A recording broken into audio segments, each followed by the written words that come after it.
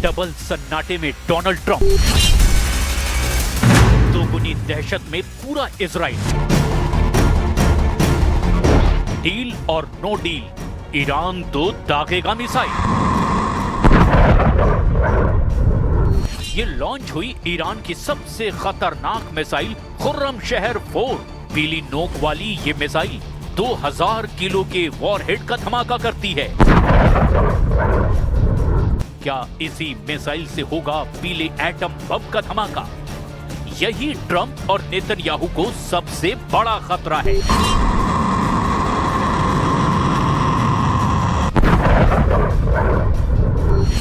खुर्रम शहर मिसाइल को फायर करके खामनेई ने मैसेज दे दिया है, इजराइल और अमेरिका को बता दिया है कि ईरान झुकेगा नहीं, चाहे डील हो या ना हो। ऐसे में अब क्या करेंगे ट्रंप, क्या करेंगे नेतन्याहू? ओमान में मीटिंग, तेल अवीव में बेचैनी, क्या तेहरान में कोहराम मचाएगा इजराइल? खामनेई का वायदा है, हमला हुआ तो बहुत पछताएंगे नेतन्याहू, क्योंकि ईरान तो दागेगा missile. Remind the Iranian regime that the president has many options at his disposal aside from diplomacy as the commander-in-chief of the most powerful military in the history of the world. Khurram शहर 4 missile को launch करना Iran का mind game भी है और ये Israel का end game भी हो सकता है। ये दावा खामनेई के कमांडर कर रहे हैं।